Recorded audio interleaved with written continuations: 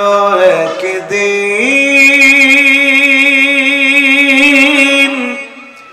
এ দেশের আকাশে কালিমার পতাকা দুলবে,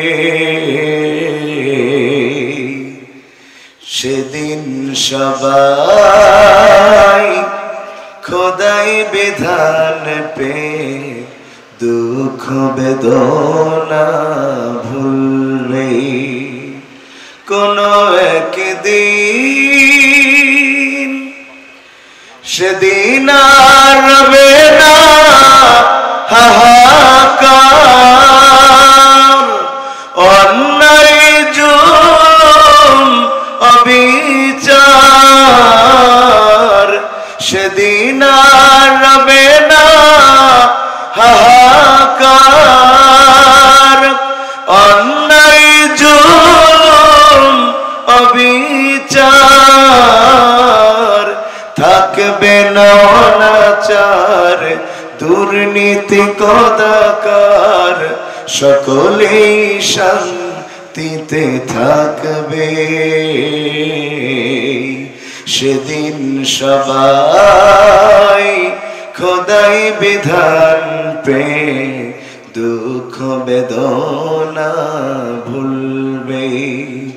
কোনো একদিন এ দেশের আকাশে কালিমার পতাকা দুলবে, সেদিন সবাই খোদাই বিধান পে দুঃখ বেদনা ভুলবে। সকলে কেমন আছেন আপনারা? যারা আলহামদুলিল্লাহ বললেন না তারা কেমন আছেন? তারাও ভালো আছেন? আমাদের সুস্থ রেখেছেন কে? কণ্ঠ যদি আল্লাহ দিয়ে থাকেন সবাই আওয়াজ দিয়ে বলতে হবে আমাদের ভালো রেখেছেন কে? সে আল্লাহর জন্য সবাই মিলে চিৎকার দিয়ে পড়ছি আলহামদুলিল্লাহ। দরুদ এবং সালাম প্রেরণ করছি বিশ্ব মানবতার মহান আদর্শ আপনার আমার জন্য আল্লাহ তাআলার পক্ষ থেকে। এই কথা কার বিরুদ্ধে গেল পক্ষে গেল এটা চিন্তা না করে আলোচনায় আমার রব আমার আল্লাহ কতটুকু খুশি হলো। কথা কি ঠিক? প্রিয় ভাইরা, তবে তাফসীর শুনতে একটু কষ্ট হয় আর ওয়াজ শুনতে কষ্ট হয় না। কাহিনী অনেকটা ভিটামিনের মতো, খাইতেও মজা লাগে, শরীর স্বাস্থ্য সুন্দর দেখায়, কিন্তু রোগ সারে না। রোগ সারে অ্যান্টিবায়োটিকে। তাফসীর হলো অ্যান্টিবায়োটিকের মতো। বান্দার মধ্যে মুনাফিকের যেই রোগ আছে, বান্দার মধ্যে কুফরির যেই রোগ আছে, বান্দার মধ্যে বিদআতের যেই রোগ আছে, বান্দার মধ্যে ইসলাম আলেম উলামার বিরোধিতার যেই রোগ আছে, যদি এই রোগকে দূর করতে হয় তাহলে তাফসীর নামক অ্যান্টিবায়োটিকের কোনো বিকল্প নাই। আর আমার আল্লাহ তো নিজেই ১৫০০ বছর আগে বক্তারা কিভাবে কথা বলবে তার রুলস রেজুলেশন আল্লাহ করে দিয়েছেন। এখন তো কমিটি আমাদেরকে শিখায় দেয় কি বলবেন কি বলবেন না, কিন্তু ১৫০০ বছর আগে আমার আল্লাহ সব বক্তাদেরকে শিখিয়ে দিয়েছেন কিভাবে কথা বলবা। আমার আল্লাহ বলেন ফাযাক্কির বিল কুরআন, বান্দা যদি আলোচনা করতেই হয় আমার কোরআন দিয়ে আলোচনা করবা। কেন আল্লাহর কোরআন দিয়ে আলোচনা করবা? আয়াতের রেফারেন্সে আল্লাহর হাবিব বলেন মান ক্বালা বিহি সাদাকা। কারণ এই পৃথিবীতে যত মানুষ যত কথা বলুক না কেন, কোনো কথা পুরোপুরি সত্য হয় না। তবে কোরআন দিয়ে যারা কথা বলে ১০০ তারা সত্য কথা বলে। এই দুনিয়াতে বর্তমান প্রায় ৮০০ কোটি মানুষ। কত কোটি? কিছু মানুষ কথা বলতে জানে না। আমার বেনাপোলের ভাষায় তাদেরকে বলে বোবা। আপনারা কি বলেন? কথা বলেন না কেন? আপনারা তো আর বোবা না, তাইলে বলেন তাদের কি বলে? বোবা। বোবা মানুষরা কথা বলতে জানে না, আমরা আফসোস করি, কিন্তু তারা বেঁচে যেতে পারে খালি কথার কারণে। যেই গুনাহ থেকে তারা মুক্ত, তারা বেঁচে যেতে পারে। আর আমরা সবচেয়ে বেশি বর্তমান সময়ে গুনাহ করি কথা দিয়ে। কথা বলছেন না কেন? আল্লাহর হাবিব বলছেন কিয়ামতের আগে অধিকাংশ মানুষ সকালে থাকবে ইমানদার, বিকালে বেঈমান, বিকালে ইমানদার, রাতে বেঈমান। যতটা না কর্মের দ্বারা তার চাইতে বেশি হচ্ছে কথার দ্বারা। মানুষ এমন এমন কথা বলবে সে যে বেঈমান হয়ে যাচ্ছে, মানুষ সেটা টেরও পাবে না। আবার আমার আল্লাহ মুমিন হবার যেই বৈশিষ্ট্য দিয়েছেন তার মধ্যে 2 নম্বর বৈশিষ্ট্য আমার আল্লাহ বলেন, ওয়াল্লাযীনা হুম আনিল লাগবি মুরিদুন। এই দুনিয়াতে মুমিন হবে তারা অনর্থক বাজে কথাবার্তা থেকে নিজেকে বাঁচায় রাখবে যারা। খুব মন দিয়া বুঝেন, আল্লাহর বান্দারা যারা কথা বলতে জানে না তাদেরকে আমরা বোবা বলি। আবার এই সমাজে কিছু মানুষ আছে যারা কথা বলতে জানে তারপরেও বোবা, কথা বলে না। কারণ তারা শুধু বোবা নয়, রাসূলের ভাষাই হলো তারা বোবা শয়তান।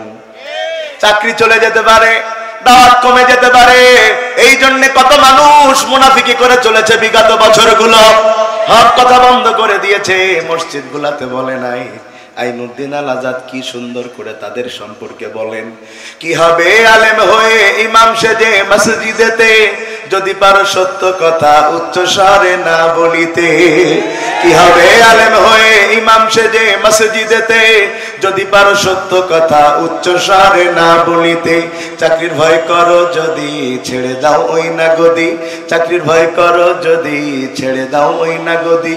কি হবে ধোঁকা দিয়ে আল্লাহকে, কি হবে বেঁচে থেকে অযথা বিদ্যা শিখে, যদি না করতে পারি শোষণবিহীন সমাজটাকে। আল্লাহর হাবিব বলেন, যে কোনো দেশের যে ভাষার লোক হোক না কেন, সবাই কি এক ভাষায় কথা বলে নাকি? কেউ বাংলা, কেউ ইংরেজি, কেউ আরবি, কেউ হিন্দি, কেউ উর্দু, কেউ ফার্সি, কেউ মালয়, কেউ চাইনিজে কথা বলে। আল্লাহর হাবিব বলছেন, এই হাজারো কোটি মানুষের মধ্যে তারাই কেবল সত্য কথা বলে যারা আল্লাহর কোরআন দিয়া কথা বলে।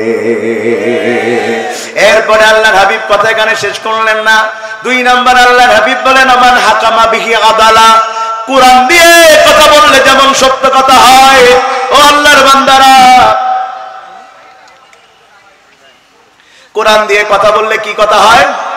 আল্লাহর হাবিব বলছেন, কোরআন দিয়ে কথা বললে যেমন সত্য কথা হয়, ওই কোরআন দিয়ে বিচার করলেই কেবল ন্যায় বিচার হয়।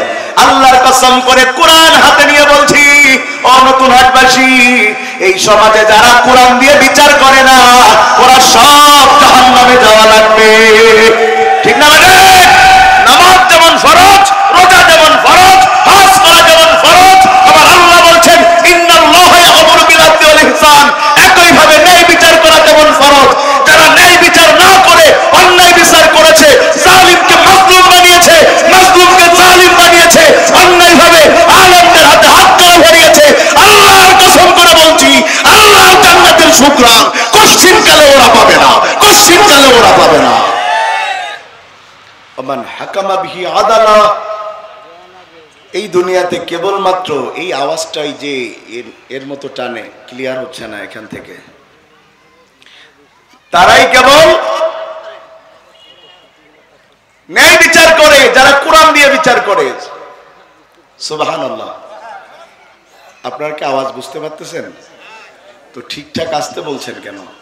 কোরআনের বিচার কথা বলে না, কোরআনের বিচার। মাশাআল্লাহ। আমরা সেই কোরআনের আলোকে একটা বিষয়ের উপরে কিছু কথা বলবো। রাজি আছেন সবাই শুনতে ইনশাআল্লাহ? আমার অন্যদিন গতানুগতিক যেই গরম ভাবটা দেখেন, আপনারা খুশি হন। আজকে আর কিছুই পাবেন না, একটু নরমস করে আমি আজকে এখান থেকে বিদায় নিতে হবে আর কি। প্রিয় ভাইরা, আজকে আমরা কথা বলার নিয়ত করেছি যে এই বিষয়ের উপরে। আমি বিষয়টা 2 বার বলবো, তারপরে আপনাদেরকে বলতে হবে বিষয়টা কি। আজকে আলোচনার বিষয় হচ্ছে ভালো মৃত্যু লাভের উপায়। আমি আরো একবার বলছি, আজকের আলোচনার বিষয় হচ্ছে ভালো মৃত্যু লাভের উপায়। যদি আপনারা আমার ভাষা বুঝে থাকেন, বলেন আলোচনার বিষয় কি? ভালো মৃত্যু লাভের আশা। পিছনের ভাইরা কি জেতা আছেন না মরি গেছেন? আছেন? আছেন? বলেন ভালো মৃত্যু লাভের উপায় কি? আর আলোচনার বিষয় কি? ভালো মৃত্যু লাভের উপায়। মৃত্যু ভালো হোক খারাপ হোক, জীবনেও মরবেন না কারা কারা? একটু হাত তুলে দেখান। চাচা বোঝে নাই রে। মরা লাগবে? মরা লাগবে? আপনি গাছতলায় থাকেন আর পাঁচতলায় থাকেন, ক্ষমতায় থাকেন আর বিরোধী দলে থাকেন, মরা। পৃথিবীর কোন শক্তি আপনাকে বাঁচিয়ে রাখতে পারবে? যদি কারোর বিদায় ঘন্টা বেজে যায়, 1 মিনিট এদিকেও যাবে না, 1 মিনিট ওদিকেও যাবে না। আমার আল্লাহ ঠিক এইভাবে কোরআনের মধ্যে বলেন, ইযা জাজালুহুম লা ইস্তাখিরুনা সাআতাও ওয়া লা ইস্তাকদিমুন। মৃত্যু যদি কারোর চলে আসে, তাকে বাঁচাবার কোনো ক্ষমতা পৃথিবীর কারো। এলাকার বড় নেতা, মৃত্যুর বড় ভয়, তাকে যেন কেউ মেরে ফেলতে না পারে, সেই জন্য বডিগার্ড রেখেছে 40 জন। বলেন কতজন? সেই মানুষটা একদিন মারা যেয়ে চারদিকে দিয়ে চিৎপটাং হয়ে পড়ে আছে। বড় খারাপ মানুষ ছিল। তার মৃত্যুতে দুষ্টু পোলাপাইনে পোস্ট দিয়েছে, একটা উইকেটের পতন হয়েছে। কথা কয় না? কিছু মানুষ মারা গেলে মানুষ খুশি হয়, ইন্না লিল্লাহর বদলে আলহামদুলিল্লাহ বলে। লোকটা মারা গিয়েছে, 40 জন বডিগার্ড পাশ দিয়ে দাঁড়িয়ে আছে। ওই লোকটার আত্মীয় স্বজনরা বলল, তোদের মতো বডিগার্ড থাকতে বল্টু মরল কেমনে?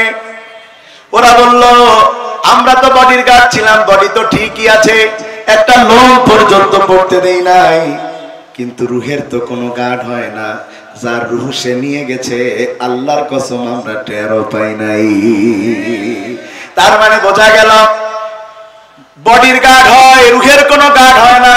সুতরাং সুম্মা ইলাইনা তুরজাউন, মানুষকে আল্লাহর কাছে ফিরে যাওয়াই, জোরে বলেন, আল্লাহর কাছে ফিরে যাওয়াই লাগবে।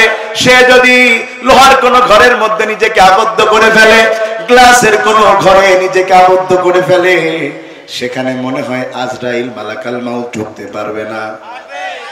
পারবে? পারবে? আকাশ দিয়ে প্লেন যায়, যশোর এয়ারপোর্ট দিয়ে আওয়াজ আপনারা শুনতে পান না মাঝে মধ্যে? আকাশ দিয়ে প্লেন যায়, ওই প্লেনে উঠে যদি নতুন হাটের কোনো মানুষ মনে করে আকাশের ঠান্ডা বাতাস কেমন লাগে, এই বাতাসটা খাওয়ার জন্য একটু জানালা খুলে দেই, খুলতে দেবে? কথা কয় না, খুলতে দেবে? খুলতে তো দিবেই না। যদি কিনা খুলতে যায়, ওকে ধরে টুস করে ফেল দেবে। কথা বলছেন না কেন? টুস করে ফেলে দিবে। বন্ধুগণ আমার, কারণ প্লেন তো বেনাপোল যশোরের লোকাল বাস নয় যে জানালা খুলে বাতাস খাবেন, এটা তো কোনো লোকাল বাস নয়। আল্লাহর বান্দারা খুব মন দিয়া বুঝেন, খুব মন দিয়া বুঝেন। তাইলে আমরা নিশ্চিত হলাম প্লেনের মধ্যে কোনো বাতাস ঢুকে, যদি প্লেনের মধ্যে কোনো বাতাস ঢুকতো তাহলে প্লেনটা ক্র্যাশ হয়ে যেত। নিশ্চিত হলাম প্লেনে বাতাস ঢুকে না। ওই প্লেনের মধ্যে কোটি কোটি কোটি কোটি টাকার মালিক, শত কোটি টাকার মালিক আব্দুল আজিজ সাহেব বিজনেস ক্লাসে উঠে বসলেন, 1 গ্লাস লেমন জুস পান করলেন। কিছুক্ষণ পরে লোকটার কোনো নড়াচড়া নাই। মানুষেরা যায় তার দিকে তাকায় বলল, ঘুমাচ্ছে নাকি মারা গেছে? মানুষেরা কয় শরীরের কোনো স্পন্দন নাই, মনে হয় মারা গিয়েছে। নাকের কাছে আঙ্গুল নিয়ে দেখা গেল মারা গিয়েছে। ও নতুন হাটবাসী, আপনাদের কাছে আমার প্রশ্ন, যে প্লেনের মধ্যে সামান্য বাতাস ঢুকতে পারে না, ওই প্লেনের মধ্যে পৃথিবীর চাইতে দেহের দিক দিয়ে বড় মালাকাল মউত ঢুকলো কেমনে? তার মানে বোঝা যায় মানুষ যেখানেই থাক তারে মরা। পৃথিবীতে কেউ স্থায়ী হয় না, হোক না সে ফেরাউন কিংবা নমরুদ, কেউ ভাবে চিরকাল রয় না। ফেরাউন শেষ তক ছিল না, মৃত্যু তাকেও ছেড়ে দিল না, হোক না সে মহারাজা আর মহাবীর, কাউকে সে অবকাশ দেয় না। ঠিক না? ঠিক। তবে আমরা মানুষ বড় কঠিন। যদি কোনো মানুষ জানে নিশ্চিত কাল তার মরা লাগবে, আর যদি আজ রাতে 10 লাখ টাকা ছেড়ে দেওয়ার সুযোগ থাকে, ও বলবে আগে ছেড়ে দেবো তারপর মরবো। আপনারা ঠিকঠাক বলছেন, আমার অসুবিধা আপনারা বুঝতেছেন না। কথা কি ঠিক? যদি কেউ নিশ্চিত জানে যে আগামীকাল তার মরা লাগবে, আর আজকে রাতে যদি 10 লাখ টাকা মেরে দেওয়ার চান্স পায়, ও টাকা মারবে না? ও চিন্তা করবে আমি ভোগ করতে পারি আর না পারি, আমার ছেলে মেয়ে তো খাইতে পারবে। কথা ঠিক না? ঠিক। দিনাল আজাদ এদের সম্পর্কে চমৎকার বলছে, আরে মানুষ বেহুশ দুনিয়ার পিছে, কি জবাব দিবি রে তুই আল্লাহর কাছে? রাতে দিনে দৌড়া দৌড়ি বিশ্রামের সুযোগটা নাই নামাজ রোজা দূরের কথা আল্লাহর নামটাও মুখে নাই হালাল হারাম না মানিয়া করছো টাকা কামাই এত টাকা রাখবা কোথায় কাফনের তো পকেট নাই টাকা পয়সা লইয়া কি কেউ কবরে গেছে টাকা পয়সা লইয়া কি কেউ কবরে গেছে কি জবাব দিবি রে তুই আল্লাহর কাছে আরে মানুষ হইছো বেহুশ দুনিয়ার পিছে কি জবাব দিবি রে তুই আল্লাহর কাছে ঠিক না ঠিক তাইলে আমরা আবারও নিশ্চিত হলাম আমাদের মরা যেহেতু মরা লাগবে তাহলে ভালো মরণ চাই না খারাপ মরণ চাই আওয়াজ হয় নাই হাত তুলে বলেন কি মরণ চাই আরো জোরে বলেন কি মরণ চাই এই সমাজে কিছু মানুষ ভালো মরণ পেয়ে মরে যায়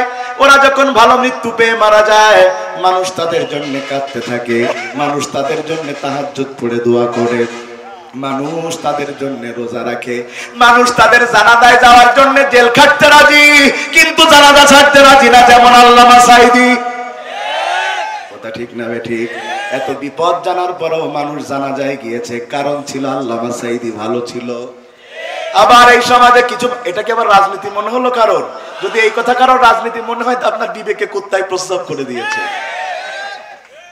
শুনে নেন এ ভাই শুনেন আবার এই সমাজে কিছু মানুষ আছে কুত্তার চাইতে খারাপ মানুষ কুত্তা মারা গেলে কষ্ট পায় এই কুত্তামুখী মানুষগুলো মারা গেলে কষ্ট পায় না দেখতে মনে হয় দুই পায়ের মানুষ কিন্তু চরিত্র চার পায়ে জানোয়ারের চাইতে খারাপ আমার আল্লাহ বলেন ওয়ালাকাদ জারা'না লি জাহান্নামা কাসীরাম মিনাল জিন্নি ওয়াল ইনস লাহুম কুলুবুল লা ইয়াফকাহুনা বিহা ওয়া লাহুম আ'ইউনুন লা ইউবসিরুনা বিহা ওয়া লাহুম আযানুন লা ইয়াসমাউনা বিহা উলাইকা কাল আনআম বাল হুম আদাল এই সমাজে কিছু মানুষ আছে ওদের চোখ আছে দেখে না অন্তর আছে উপলব্ধি করে না তার মানে ওরা কানা না ওদের যে দিল কলিজা নাই তা না ওদের দিল কলিজাও আছে ওদের চোখও আছে ওদের কানও আছে কিন্তু এইগুলো দলের কাছে নেতার কাছে বন্ধক রয়েছে এরা হককে হক বলার সাহস পায় না মিথ্যারে মিথ্যা বলার সাহস পায় না কারণ এরা আল্লাহর কাছে বিক্রি না হয়ে দুনিয়ার গাঞ্জা খোরার মদ খোর নেতার কাছে বিক্রি হয়েছে আল্লাহ বলেন উলাইকা কাল আনআম ওরা চার পে জানোয়ার কথা কয় না কেন বাল হুমাদাল বরং কিছু কিছু মানুষ কুত্তার চাইতে খারাপ যদি ওরে কুত্তা বলা হয় তাইলে আসল কুত্তারে অপমান করা হবে তাইলে আবার আওয়াজ দিয়ে বলেন ভালো মরণ চাই না খারাপ মরণ চাই এ আল্লাহর বান্দারা এই দুনিয়াতে সবচাইতে সেরা মানুষ যার চাইতে সেরা মানুষ আর কখনো হবে না তিনি পৃথিবী থেকে যত মানুষ দুনিয়াতে এখন পর্যন্ত এসেছে শুরু থেকে যত মানুষ আসবে সব মানুষের মধ্যে সেরা মানুষ তিনি হচ্ছেন মুহাম্মাদুর রাসূলুল্লাহ সাল্লাল্লাহু আলাইহি ওয়াসাল্লাম জোরে কন্না সুবহানাল্লাহ যার সম্পর্কে হযরত আয়েশা বলছেন আনতা রাজুলুন গুফিরা লাহু মিন জামবিহি তাকাদ্দামা ওয়া তাআখার ও নবী আপনি তো সেই ব্যক্তি যার আগেও কোনো গুনাহ নাই পরেও কোনো গুনাহ করার সুযোগ আপনি হলেন মাসুম আপনার চাইতে ভালো মানুষ আর কেউ নাই এই নবী শুধু জান্নাতে যাবে তাই না আপনাকে আমাকে আল্লাহর অর্ডারে সুপারিশ করে জান্নাতে নিয়ে যাবে সেই নবী পর্যন্ত প্রতিদিন সকাল সন্ধ্যা দোয়া করতেন আল্লাহুম্মা ইন্নী আসআলুকা হুসনাল খাতিমা আল্লাহুম্মা ইন্নী আসআলুকা হুসনাল খাতিমা ও আল্লাহ তুমি আমারে ভালো মরণ দাও ও আল্লাহ তুমি আমারে ভালো মরণ দাও তাইলে নবী বিশ্ব নবী যিনি মাসুম তিনি যদি ভালো মরণ চাই ও যশোরবাসী তোমার আমার ভালো মরণের দরকার আছে না না তাইলে আবার আওয়াজ দিয়ে বলেন ভালো মরণ চাই কি চাই না এবার ভালো মরণ লাভের উপায় পাঁচটা জোরে বলেন কয়টা আওয়াজ হয় নাই আকাশের দিকে পাঁচটা আঙ্গুল তুলে নাড়া মারেন বলেন ভালো মৃত্যু লাভের উপায় কয়টা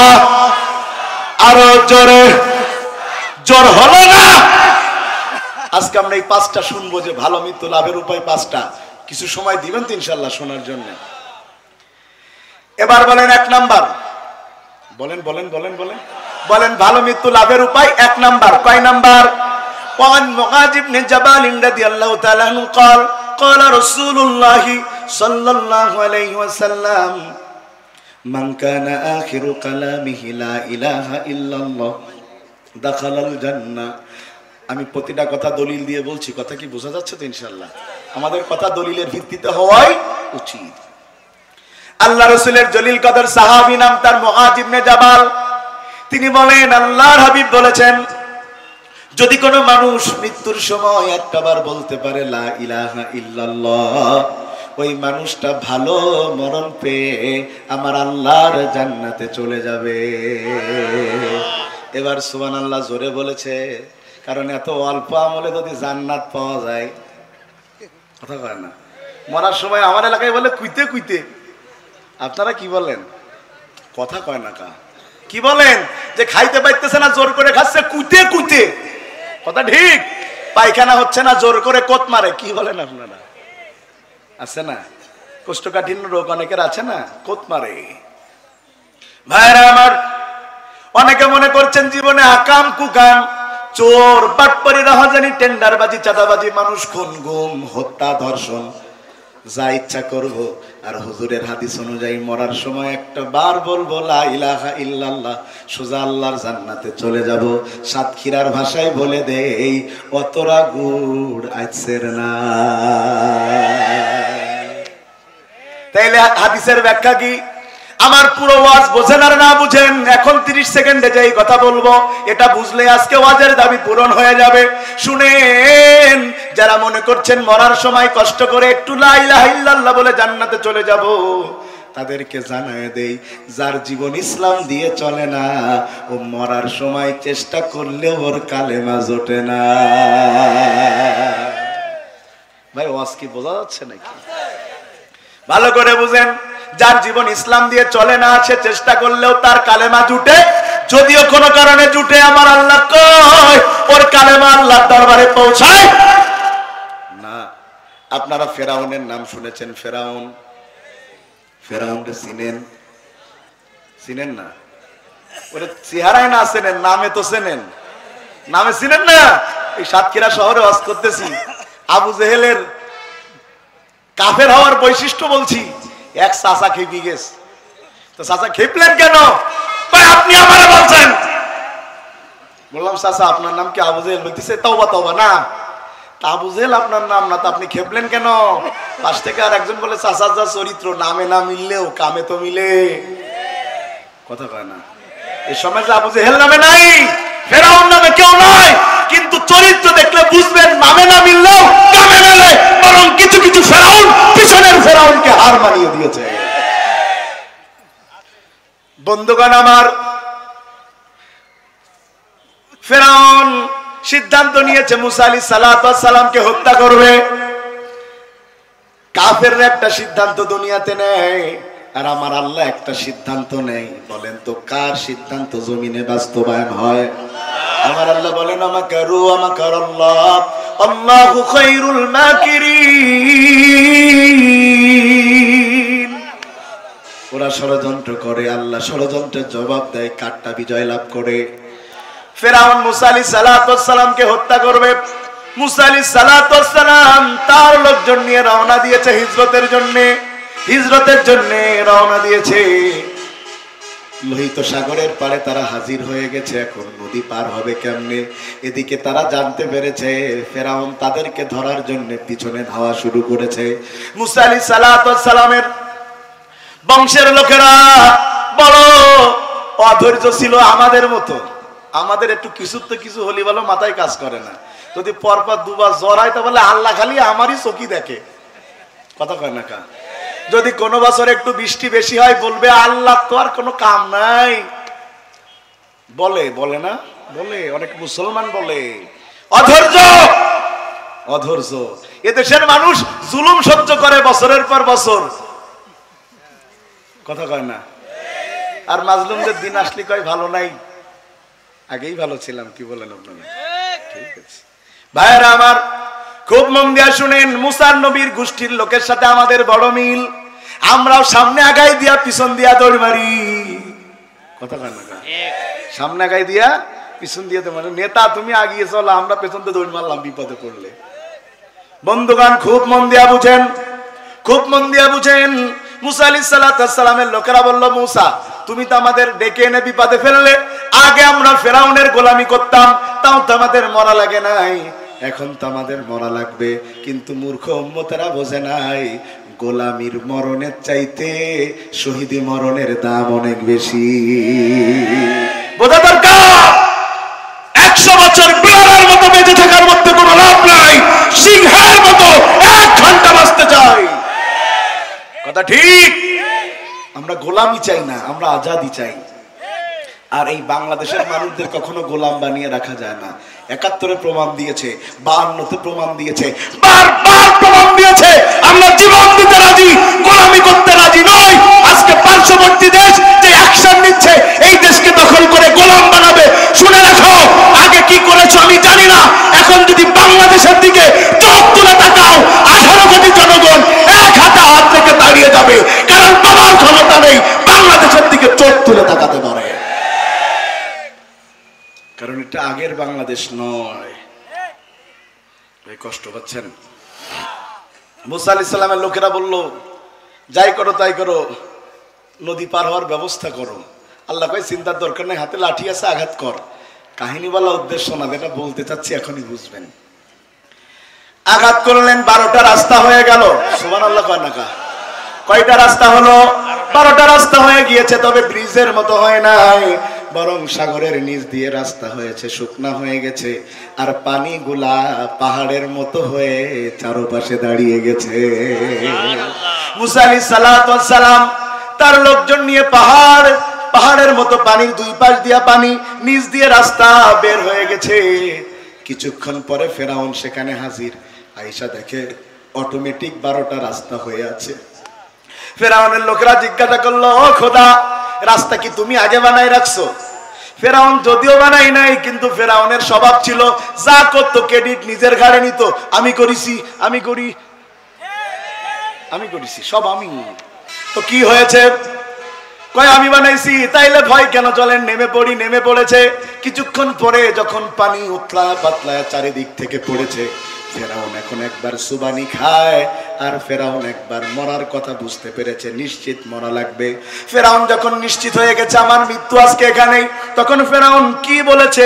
আমার আল্লাহ বলেন, হাত্তা ইযা আদরাকাহুল গরকু ক্বালা আমানতু আন্নাহু লা ইলাহা ইল্লাল্লাযী আমানাত বিহি বানু ইসরাঈল ওয়া আনা মিনাল মুসলিমিন।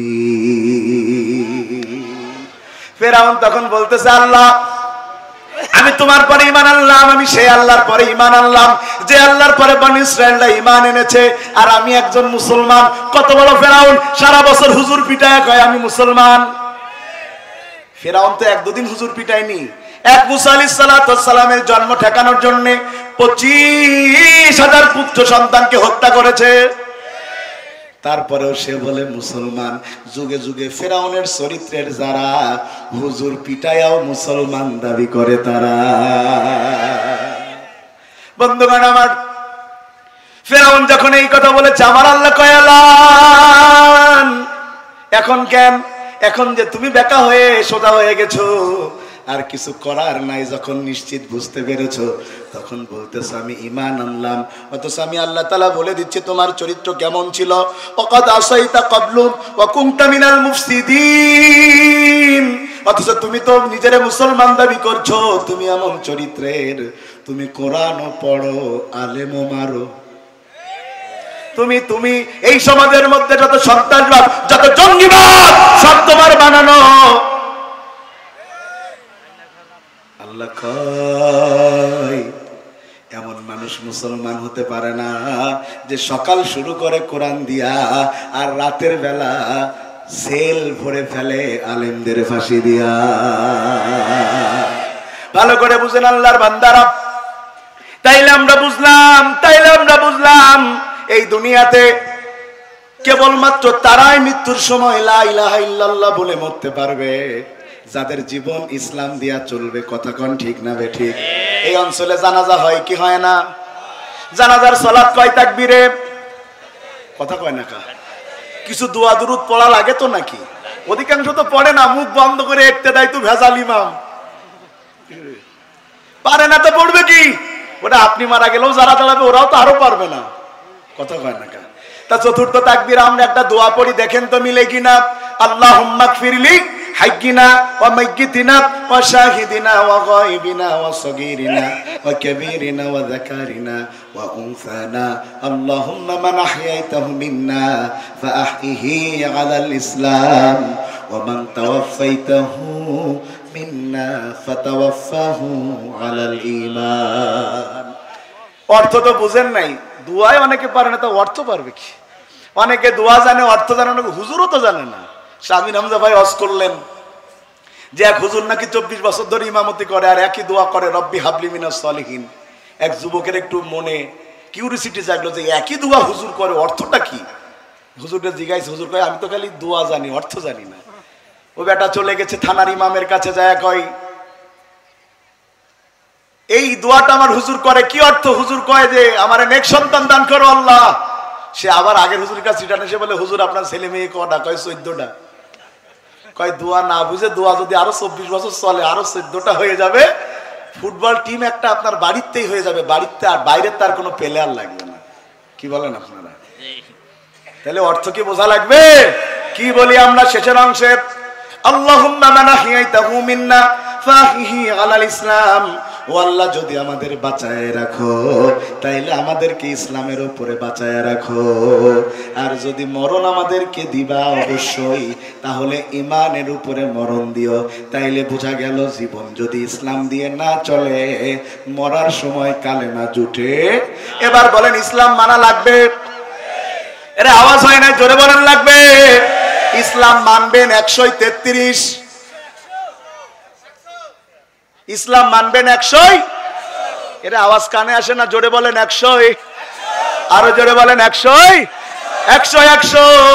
আপনি আমল করতে পারেন নাই ভিন্ন কথা, কিন্তু ইসলামের কোন বিধান নিয়ে আপনি প্রশ্ন তুলতে পারবেন। যেমন আপনি জিহাদ করতে পারেন নাই ভিন্ন কথা, কিন্তু জিহাদকে যদি আপনি জঙ্গিবাদ বলেন, আল্লাহর কসম আপনারে বেঈমান হয়ে মরা লাগবে। আপনি দাড়ি রাখতে পারেন নাই ভিন্ন কথা, কিন্তু দাড়িওয়ালাদের যদি জঙ্গি মনে করেন, 5 ওয়াক্ত নামাজ পড়লেও আপনার বেঈমান হয়ে মরা লাগবে। ধরে নেন এটা একটা নাস্তার প্লেট। কি এর প্লেট? কথা কন না কা? সত্যি সত্যি না বাদানো কইেন না যে হুজুর মিথ্যে কথা কয়। আমাদের হুজুরদের এখন খুব বিপদ, ওয়াজ করা আরো বিপদ। কত হিসাব করে ওয়াজ করতে হয় আমাদের। হুজুর ওয়াজ করতে গেছে, যায় ওয়াজ করতে করতে আলেমের মর্যাদা বলতে বলতে হুজুর বলে ফেলেছে, যদি কোনো এলাকার কবরস্থানে একটা আলেম দাফন হয় তাইলে তাদের কবরের আযাব মাপ। ওয়াজ শেষে সবাই হুজুরের বেঁধে রেখেছে।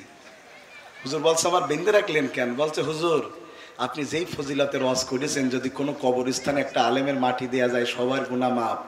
এখন আমাদের গ্রামে তো কোনো হুজুর নেই, আপনার মেরে কবর দেওয়ার সিদ্ধান্ত নিয়েছি। শুনতেছেন কথা? যাতে আমাদের গুনাহ মাফ হয়। এখন খালি বলেন ওয়াজ কি চিন্তা করে করা লাগবে। বন্ধুগণ আমার, ধরে নেন আমি আপনার বাড়ি মেহমান হয়ে গিয়েছে, আপনার ইচ্ছা আমি আলেম মানুষ, আমারে নাস্তা করাবেন। আপনার চিন্তা আমারে 100 প্রকার নাস্তা দিবেন। কত প্রকার? আপনি 100 প্রকার নাস্তা ম্যানেজ করতে পারলেন না, 99টা ম্যানেজ করার পরে আর কোনোভাবে আর 100 নম্বর আইটেম খুঁজেই পাচ্ছেন না, কিন্তু আপনার শখ কত রকম খাওয়াবেন। হঠাৎ করে দেখলেন আপনার 2 মাসের বাচ্চা, যারা আপনি বড় ভালোবাসেন, সেই বাচ্চা হঠাৎ করে পায়খানা করেছে। আপনি চিন্তা করলেন আমি আমার ছেলেরে তো কম ভালোবাসি না, কোটি টাকা দিলেও তো ছেলেরে বিক্রি করব, তাইলে আমার ছেলেরও দাম আছে, ছেলের পায়খানারও 100 টাকা পায়খানা নিয়ে 100 নম্বর জায়গায় বসাই দিছে। আমি যাওয়ার পরে কই হুজুর আহলান সাহলান মারহাবান, আসেন আসেন হুজুর নাস্তা খান। আমি নাস্তার দিকে তাকায়া দেখি ওই কর্নারে একটু পায়খানা, আমি আর ছুঁয়ে দেখি না। লোকটা আমারে বারবার কয় হুজুর খান না কেন? আমি কইলাম আমি যে খাবো, ওই কর্নারে কেন পায়খানা দিয়েছো? সে এবার আমারে কয় হুজুর 100টার মধ্যে একটা পায়খানা, 99টা তো ভালো, তাহলে বাকি 99টা খান। আমি বললাম যেই প্লেটে পায়খানা থাকে বাকি 99টা নাস্তারও মর্যাদা নষ্ট হয়ে যায়। কোন জ্ঞানবান রুচিসম্মত মানুষ পায়খানার প্লেটের নাস্তা গ্রহণ করতে পারে? আপনি আল্লাহর দরবারে যাবেন, আমলের প্লেট সাজিয়েছেন, নামাজ রোজা হজ যাকাত, নামাজ রোজা হজ যাকাত তাসবিহ তাহলিল এমন কোন আমল নাই, 99টা সাজিয়েছেন। 100 নম্বরে আপনি যে আমল নিয়ে উঠেছেন সেটা হলো আপনি আল্লাহর আইন বাদ দিয়া মানুষের আইন বাস্তবায়নের আন্দোলন করেছেন, ইসলামের নেতা বাদ দিয়া গাঞ্জাটি নেতা ধরেছেন। এই আল্লাহর আইন বাদ দিয়া মানুষের আইন, মানুষের তৈরি করা আইন মানুষের পায়খানার চাইতে খারাপ। এই আমলকে নিয়ে আল্লাহর দরবারে যাবে যারা, এই পায়খানা নামক আমলের কারণে বাকি 99টা আমল বাতিল হয়ে জান্নাত থেকে জাহান্নামে যাবে তারা। আমার আল্লাহ ঠিক এইভাবে বলেন, وَمَن يَبْتَغِ غَيْرَ الْإِسْلَامِ دِينًا فَلَن يُقْبَلَ مِنْهُ وَهُوَ فِي الْآخِرَةِ مِنَ الْخَاسِرِينَ। আমার আল্লাহ বলেন, যদি কোনো মানুষ ইসলামকে বাদ দিয়ে মানুষের তৈরি করা কোনো মতবাদ প্রতিষ্ঠার আন্দোলন করে, এ সমাজে বোধহয় করে না, শতকরা 80% মানুষ আল্লাহর জমিনে আল্লাহর দ্বীন কায়েম করা বাদ দিয়া দুনিয়ার ক্ষমতার রাজনীতি করে। অথচ মানুষের বোঝা উচিত, মানুষের জানা উচিত নাজাতের একটাই পথ, সেটা হলো আল্লাহর জমিনে আল্লাহর দ্বীন বাস্তবায়নের আন্দোলন। কথা ঠিক?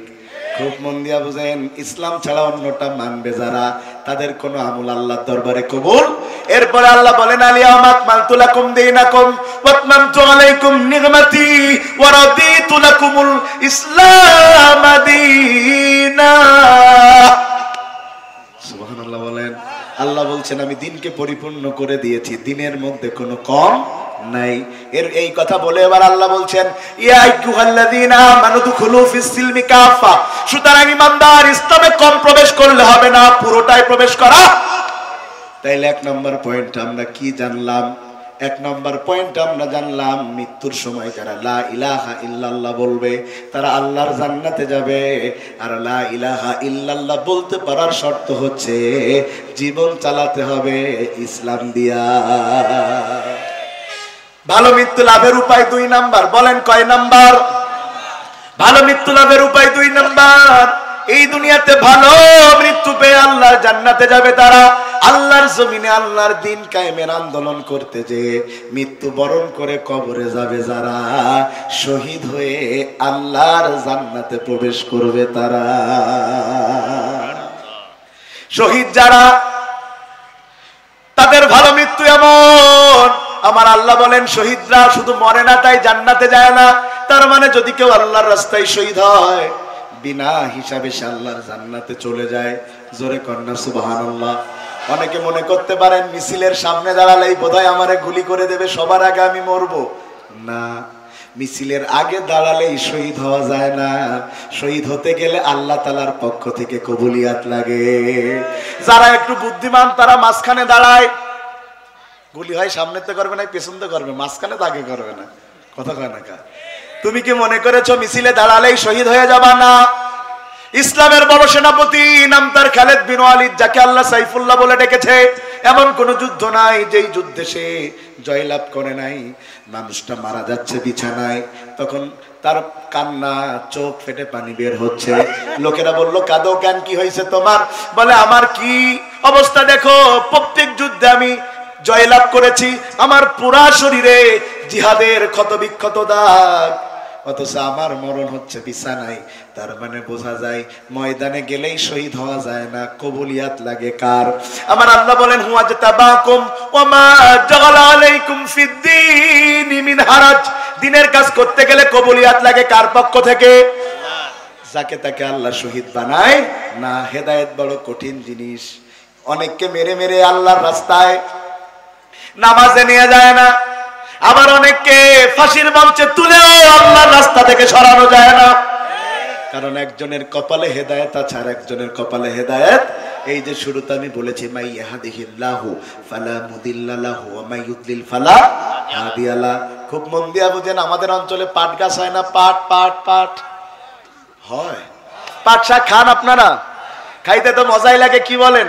যদি পাট শাকের সাথে একটু লেবু চেপে দেওয়া যায় আর শুকনো ঝাল ভেজে নেওয়া যায়, মনে হয় খাইতে আছে রে বাহ। তবে পুরুষ মানুষ যত না পছন্দ করে, গর্ভবতী নারী তার চাইতে পছন্দ করে। কথা বলেন। গর্ভবতী নারী তার বাড়ির ছোট বাচ্চাটাকে পাঠিয়েছে, যাও একটু মাঠ থেকে আমার জন্য পাট শাক আনো। এখন বাচ্চা তো বুঝে না কেমন শাক রান্না করতে হয়। ও বাজার মাঠের মধ্যে যায় বড় বড় পাকা পাকা দেখে পাতা নিয়েছে। পাট শাক কি পাকা পাতা দিয়ে খায়? আরো যে সমস্ত বড় পাতা নিয়েছে পোকা লেগে ফুটো হয়ে গে, ফুটো ফুটো বুঝেন তো, ফুটো হয়ে গেছে। আমাদের দেশে দুইটা জিনিস বেশি ফুটো পাওয়া যায়, একটা পাতা আর একটা হলো টাকা। তো পাতা নাই, ফুটো করলো পোকায়, টাকা ফুটো করলো কারা? ওই ব্যানসন গোল্ডিপ খায় আর কথা কয় না, টাকা ফুটো হয়ে গেছে। এই টাকা এখন ভ্যানালা রিক্সাওয়ালা কেউ নেয় না, ওরা না পেরে সেই টাকা ফিসাবিলিল্লাহ বলে মসজিদ দান করে দেয়। ফুটো টাকা, ফুটো ফুটো। বছর শেষে এতটা ফুটো টাকা জমা হয়ে বলছে আল্লাহর বছর যে টাকা কেউ নেয় না, হুজুররা নেয় আল্লাহর নামে। আল্লাহ। বন্ধুগণ আমার, একটা পাট শাক খেতে গেলে যদি পোকা লাগা পাতা কেন মানুষ না নেয়? আল্লাহ হাজার কোটি মানুষের মধ্য থেকে শহীদ বানাবে, কোন পোকা লাগা মুনাফিককে আল্লাহ শহীদ বানায় না। আল্লাহ শহীদ বানায় তাদের ইমানের পরীক্ষায়, পরীক্ষা দেওয়ার সামর্থ্য আছে যাদের। দুই নম্বরে আমার আল্লাহ বলছেন যারা শহীদ হয় তারা মরে না। সুবহানাল্লাহ বলবেন না? তাহলে মরে না তো তারা কি বেঁচে আছে নাকি? আমাদের দেশের মরা মানুষেরও তো অনেক ক্ষমতা, ক্ষমতা নাই? এদেশের মরা মানুষের অনেক ক্ষমতা। পীর সাহেবদের তো আছেই, আমাদেরও আছে। 12 সালে মরে গেছে। 22 সালের বোমা মামলার আসামি, 22 সালে বোমা মারার আসামি 12 সালে মরি গে, মানে কবরতে বোম মেরি। কথা ঠিক? পাস করতে গেছি বগুড়ায়, সে অনেক আগের কথা। আব্দুল বারি ভাই আমাকে দেখাচ্ছে পত্রিকার হেডলাইন, 40 জন মরা মানুষ 400 কেজি চাল কাঁচা খেয়ে ফেলে। 40 জন, কথা কয় না, 40 জন মরা মানুষ কি খেয়ে ফেলেছে? চাল। কি বিশ্বাস হয়? পরে ভিতরে ঢুকে দেখা গেল 40 জন মরা মানুষের নামে 400 কেজি চাল তুলে জীবন্ত মরারা খেয়ে ফেলি। সেদিন পত্রিকায় দেখলাম এই কদিন আগে, আরে মেম্বার ও বেঁচে আছে, তা ওর বোন নামে বিধবা ভাতার কার্ড করেছে। রাগ করতেছেন? এদেশে তো মরা মানুষ ভোটও দেয়, কত গানা থাকার কওয়া যাবে না। ভাইয়ের আমার মন দিয়া বুঝেন, আল্লাহ বলছেন ওয়ালা তাকুলু লিমান ইউকতালু ফি সাবিলিল্লাহি আমওয়াত বাল আহইয়াউ ওয়ালাকিন লা তাশউরুন। তো শহীদরা মরে না কেমনে? সাইয়েদ কুতুবকে শহীদ করা হয়েছে মিশরে, কিন্তু এখনো তার নাম স্বর্ণাক্ষরে লেখা আছে। ওহুদে শহীদ করা হয়েছে হামজাকে। কথা বলেন না কেন? তাদের নাম এমন ভাবে লেখা আছে, দুনিয়া যতদিন তাদের নাম ততদিন, তারা কখনো মরে না। এ দেশেও ইসলামের কারণে শহীদ করা হয়েছে যাদের, তাদের নাম লিপিবদ্ধ থাকবে যতদিন বাংলাদেশে সূর্য উঠবে। 4 নম্বরে এই শহীদ হওয়ার পয়েন্টে 4 নাম্বার, যারা শহীদ হয় আমার আল্লাহ বলেন, আর আল্লাহ রাসূল তার ব্যাখ্যা করে বলেন, যারা শহীদ হয় আল্লাহর রাস্তায়, তোমরা তো দেখো কত কষ্ট দিয়ে তাদের মারা হয়েছে, কিন্তু আমি রাসূল বলছি তাদেরকে যখন হত্যা করা হয়, শহীদ করা হয়, পিপড়া কাটার যন্ত্রণাও তারা পায় না। সুবহানাল্লাহ। পিপড়া কাটার যন্ত্রণাও তারা পায় না। পিপড়া কাটার যন্ত্রণা তারা পায় না কেমনে? ব্যাখ্যা একটু লম্বা বলবো, একটু লম্বা ব্যাখ্যা। আমার সময় তো 10টা পর্যন্ত, সময় কমে আসতেছে। নারায়ে তাকবীর বলে দেবে, এখনো 3টে বাকি, ওই 3টে বলতে তো 1 ঘন্টা লাগবে। 3 নাম্বারটা শুনে নেন, 2 নাম্বারেরটা আগে শুনেন। 2 নম্বরের 4 নাম্বার স্টার পয়েন্ট হচ্ছে, যারা আল্লাহর রাস্তায় শহীদ হয় আপনি দেখছেন তাদের নাক দিয়ে রক্ত বের হয়েছে, আপনি দেখছেন তাদের মৃত্যু নিশ্চিত করার জন্য রক কেটে দিয়েছে, আপনি কান্নাকাটি করছেন, কিন্তু আপনি জানেন না তাকে যখন এইভাবে রশিতে ঝোলানো হয়েছে আমার আল্লাহ পিঁপড়া কাটার যন্ত্রণাও তাদের দেয় না। দলিল নেন, রোম সম্রাট কার্জিয়াসের বাহিনীর সাথে মুসলমানদের যুদ্ধ শুরু হয়েছে। যুদ্ধ, সেই যুদ্ধে মুসলমানদের সংখ্যা 3000, কাফেরদের সংখ্যা 1 লক্ষ। যুদ্ধ শুরু হয়েছে, 10 দিন চলে যায়, কিন্তু মুসলমানদেরকে কেউ যুদ্ধে হারাতে পারে না। বাদশা বলল, কি হয়েছে, কেন হারাতে পারে না? যাও যাও যাও, একটু গোয়েন্দারা যে খোঁজ খবর নিয়ে আসো তারা কোন পদ্ধতিতে যুদ্ধ করে। গোয়েন্দারা কয়েকদিন থেকে রিপোর্ট এনে দিয়েছে বাদশা, তারা যেই পদ্ধতিতে যুদ্ধ করে কিয়ামত পর্যন্ত যুদ্ধ করলেও তাদের হারানো যাবে না। সুবহানাল্লাহ। কয় কেন কেন কেন? কয় ওরা সারাটা দিন ক্ষুধা পেটে যুদ্ধ করে আর সারা রাত যায় নামাজে তাদের আল্লাহর জন্য সেজদা দেয়। ওরা যখন যায় নামাজে সেজদা দেয় আমার আল্লাহর রহমতে তাদের শরীরে আগের দিনের চাইতে বেশি শক্তি এসে ভর করে, তাদের পেটের ক্ষুধা চলে যায়। পরের দিন তারা যুদ্ধ করে, তাদের ইমানি শক্তি এমন, তারা অস্ত্রের জোরে যুদ্ধ করে না, তারা যুদ্ধ করে মূলত ইমানের জোরে। কথা কন ঠিক না বেঠিক? তারা যুদ্ধ করে কিসের জোরে?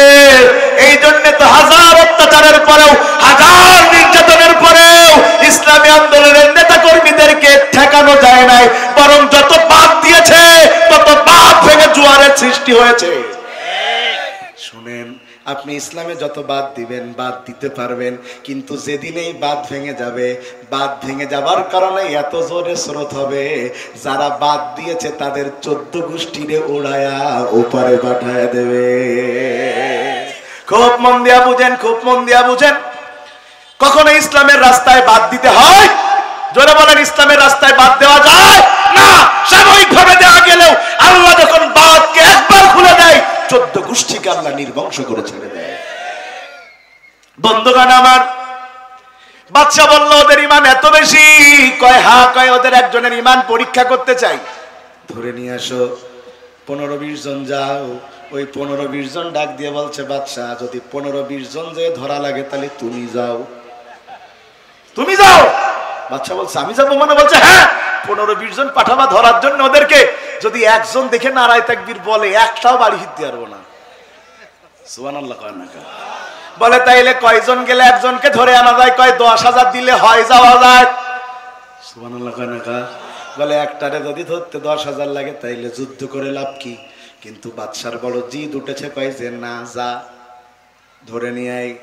ওরা 10,000 লোক রওনা দিয়েছে, কিন্তু সামনের রাস্তা দিয়ে না, ওরা পিছনের রাস্তা দিয়ে রওনা দিয়েছে। যুগে যুগে জালেম যখন হকপন্থীদের সাথে সরাসরি লড়াই করে না পারে তখন পিছনের রাস্তা দিয়ে ষড়যন্ত্র করে তাদের দমাতে চায়। কথা ঠিক না বেঠিক? সামনের রাস্তা দিয়ে না পারলে পিছনের রাস্তায় এমন এমন অপবাদ দেয়, অপবাদ দিতে দিতে দিতে দিতে দিতে দিতে এক পর্যায়ে মানুষ বলতে থাকে, না দোষ করলি কি ধরিয়েছে, একটু দোষ মনে হয় আছে। এদেশের মানুষের তো কিছু মন থাকে না। শুনেন, জালেম যখন সামনের রাস্তায় আমাদেরকে মোকাবেলা করতে না পারে তখন পিছনের রাস্তা ধরে। এই জন্যে যারা দুনিয়াতে ইমানদার তাদের পিছনের চোখ খোলা রাখা লাগে, সামনের চোখ খোলা রাখা লাগে, যাতে তাদেরকে কেউ বেঈমান বানাতে না পারে। ভাইয়েরা আমার, 10,000 লোক যায় হাজির হয়েছে। জঙ্গলের পাশে একটা ক্যাম্প আছে, ওই ক্যাম্পে 301 জন আছে। একজন কমান্ডার, 300 জন তার আন্ডারে। যিনি কমান্ডার তার নাম আব্দুল্লাহ বিন হুযাইফা। যখন এরা পৌঁছায়ছে ঠিক ওই সময় মাগরিবের আজান হচ্ছে। জোরে কন্যা সুবহানাল্লাহ। মাগরিবের আজান শোনার পরে ওরা তো এখনকার মতো তার অনলাইনের যুগ না, বাংলাদেশের কারির তেলাওয়াত ইন্দোনেশিয়ার লোক শুনবে, তখন তো আর অনলাইন ছিল না। অনলাইন ছিল, অনলাইন হয়েও বিপদ, না হয়েও বিপদ। ভাইরা আমার, আজান শেষ হয়ে গেছে, ইকামত হয়ে গেছে, এবার সালাত শুরু হয়েছে। 300 জন মানুষ 3টা লাইনে দাঁড়ায় গেছে। জোরে কন্যা সুবহানাল্লাহ। এত সোজা হয়ে গেছে লাইন, কোনো বেকাচোরা নাই। এত সোজা হয়ে গেছে লাইন, কোনো বেকাচোরা নাই। এবার ইমাম সাহেব দাঁড়িয়েছেন, আব্দুল্লাহ বিন হুযাইফা ইমামের জায়গায়। এর আগে তো রোমের কোন মানুষ কোরআন তেলাওয়াত শুনে সে এবার নামাজের মধ্যে দাঁড়ায় তেলাওয়াত শুরু করেছে। আপনারাও পড়েন আলহামদুলিল্লাহি রাব্বিল আলামিন আর-রাহমানির রহিম মালিকি ইয়াউমিদ্দিন إياك نعبد وإياك نستعين اهدنا الصراط المستقيم صراط الذين أنعمت عليهم غير المغضوب عليهم ولا الضالين